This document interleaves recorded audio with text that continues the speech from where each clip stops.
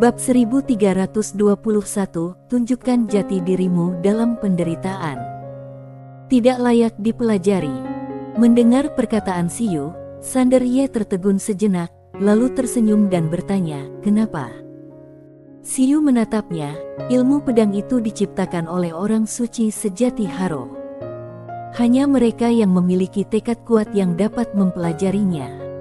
Setelah dia, tidak ada kultivator pedang di dunia seberang yang dapat mempelajari ilmu pedang ini. Orang suci Haro. Soha yang berdiri di sampingnya tiba-tiba terkejut.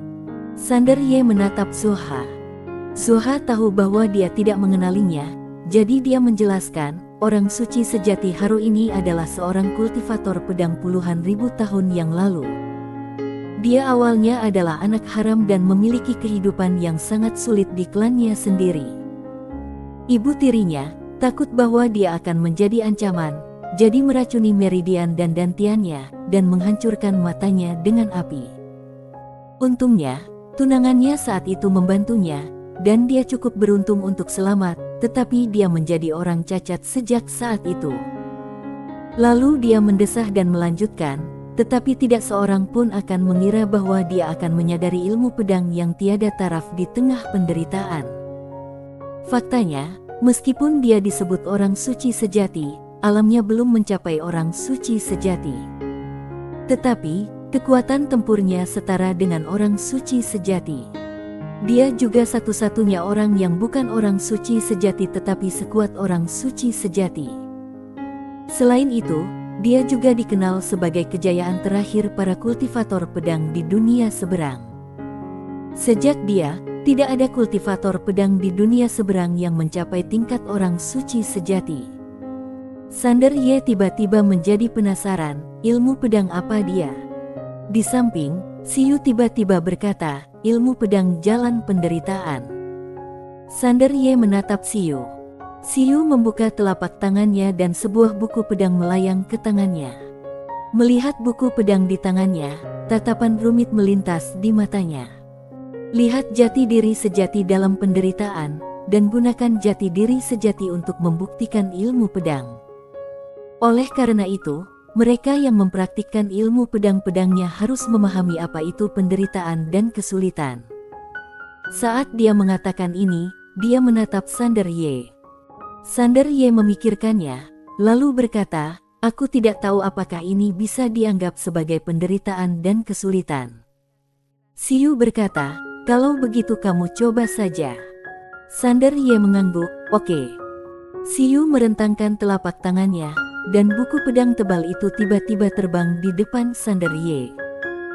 Saat Sanderye menangkap buku pedang itu, jiwa pedang melonjak keluar darinya dan langsung menyelimutinya. Dalam sekejap, dia merasa seolah-olah 1000 gunung menekannya dan dia tidak bisa bernapas. Sanderye terkejut dan segera melepaskan jiwa pedang untuk melawannya. Bahkan dengan perlawanan jiwa pedang, dia masih merasakan tekanan yang sangat besar. Jiwa pedang yang terkandung dalam buku pedang ini seperti aliran air yang tak berujung yang terus menghantamnya, tak berujung dan sangat kuat. Di samping, Xiu hanya menatap Sanderye. Wajah Soha penuh dengan rasa ingin tahu. Meski dia berdiri di samping Sanderye, dia sama sekali tidak bisa merasakan jiwa pedang apapun. Jiwa pedang itu hanya ditujukan pada Sanderye. Sanderye berdiri di tempatnya, tatapan matanya dalam, tangannya terkepal, jiwa pedang yang teratur menahan jiwa pedang misterius itu. Meskipun jiwa pedang misterius itu sangat kuat, tetapi tidak dapat melakukan apapun padanya. Hal ini berlangsung lama, dan tiba-tiba, jiwa pedang itu surut seperti air pasang. Sanderye segera menghela napas lega. Tetapi, pada saat ini, cahaya pedang yang cemerlang tiba-tiba muncul dari buku pedang sebelum Sanderye sempat bereaksi. Cahaya pedang itu menyelimutinya, dan dalam sekejap, dia muncul di langit berbintang yang luas. Sanderye sedikit bingung. Tiba-tiba, dia mendongak dan melihat seorang pria berdiri ratusan kaki di depannya. Pria itu mengenakan jubah kain bersih dan membelakanginya. Sanderye membungkuk sedikit, halo, senior. Lelaki itu menoleh perlahan. Dari penampilannya, dia tampak berusia 30-an dan terlihat bersih, tetapi matanya tertutup kain. Haro, kultivator pedang terkuat di seluruh peradaban dunia seberang. Haro tidak mengatakan apa-apa. Meskipun mata orang itu ditutup kain, Sander Ye bisa merasakan bahwa dia sedang menatapnya. Haro tiba-tiba tertawa dan berkata, "Kamu adalah orang pertama yang datang ke sini selama bertahun-tahun ini." Sander Ye berkata, "Tolong ajari aku, senior." Setelah berkata demikian, dia menekan pedang King Xuan dengan tangan kirinya, siap menyerang.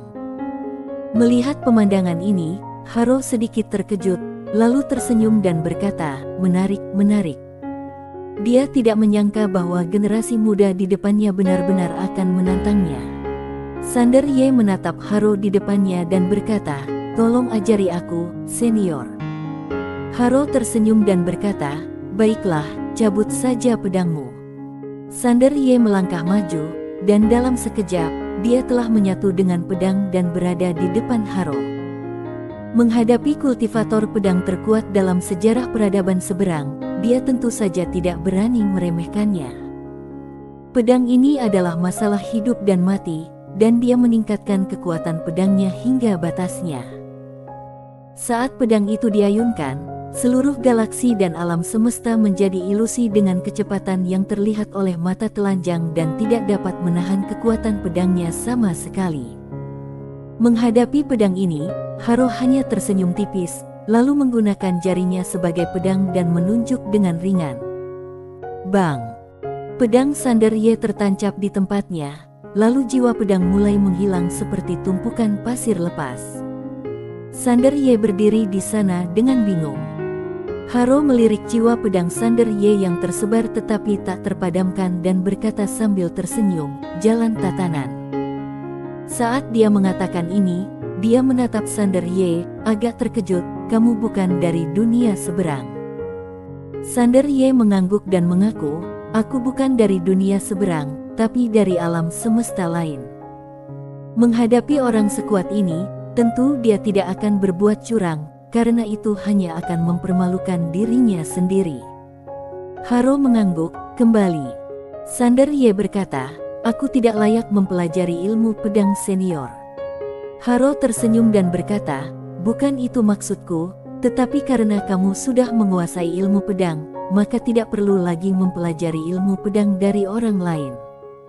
Setelah mengatakan ini, dia tiba-tiba berhenti. Sander Ye bertanya tergesa-gesa, "Oh." Haro berkata dengan lembut, "Kamu adalah ilmu pedang tatanan. Karena kamu adalah tatanan, kamu harus mencakup segalanya, termasuk penderitaan." Sander Ye mengangguk, "Senior, ilmu pedangmu tidak ada duanya. Aku juga ingin belajar lebih banyak tentang ilmu pedang-pedangmu." Harus dikatakan bahwa dia masih sangat terkejut. Meskipun lawan tidak dapat menghapus jiwa pedang tatanan miliknya, dia mampu membubarkan jiwa pedang tatanan miliknya hanya dengan satu pukulan ringan. Tahukah kamu, orang di depannya bukanlah orang asli. Pada saat ini, dia menyadari bahwa dia tampaknya telah meremehkan orang suci sejati di dunia seberang. Haro merenung sejenak dan berkata, "Sulit bagimu untuk mempelajari ilmu pedang tanpa mengalami kesulitan dan rintangan." Sander Ye berkata dengan serius, "Senior, aku telah melalui kesulitan." Haro tersenyum dan berkata, "Kalau begitu, ceritakan padaku tentang penderitaanmu." Sander Ye mengangguk, lalu menceritakan pengalamannya dari awal hingga akhir. Setelah mendengarkan kata-kata Sander Ye, Haro terdiam dalam-dalam. Sander Ye bertanya dengan lembut, "Senior." Haro menggelengkan kepalanya sedikit, "Apakah ini penderitaan untukmu? Kamu jelas tuan muda yang mewarisi bisnis keluarga dan kemudian menguasai alam semesta." Setelah mengatakan ini, dia berhenti sejenak. Sander Ye, pagoda kecil. Haro memikirkannya, lalu berkata, "Bagaimana kalau begini, jika kamu bersedia meluangkan sedikit waktu untuk merasakan rasa sakit dan kesulitan yang telah kualami, dan dapat bertahan, aku akan membiarkan ilmu pedangku mematuhi perintahmu." Ah, Sander Ye tertegun di tempat, mengikuti perintahku. Haro mengangguk, ya. Sander Ye sedikit bingung, kenapa? Dia tak percaya akan jadi apa ilmu pedang tatanannya jika kultivator pedang tingkat orang suci sejati di hadapannya itu bersedia menuruti perintahnya. Gila juga kalau dipikir-pikir. Orang di depannya adalah kultivator pedang. Bukankah Sander Ye langsung terbang saat itu juga? Haro tersenyum tipis, aku akan mengajarimu ilmu pedang, dan kamu akan dianggap sebagai muridku. Karena kamu muridku, kamu adalah salah satu muridku. Karena kamu adalah salah satu muridku, aku akan mengikuti perintahmu. Bukankah itu hal yang wajar? Sander Ye tiba-tiba merasakan sesuatu yang familiar. Merasa tertipu. Sander Ye ragu-ragu sejenak, lalu bertanya, senior, apakah kamu punya syarat? Haro mengangguk, ada satu syarat kecil. Sander Ye menatap Haro tanpa berkata apa-apa. Haro tersenyum dan berkata, bagimu, ini hanya masalah yang sangat kecil. Sander Ye, apa itu? Haro menggelengkan kepalanya. Aku tidak bisa memberitahumu untuk saat ini. Jika kita memang ditakdirkan untuk bertemu di masa depan, aku akan memberitahumu. Jika kita tidak ditakdirkan untuk bertemu, maka kamu tidak perlu melakukan hal kecil ini. Bagaimana menurutmu?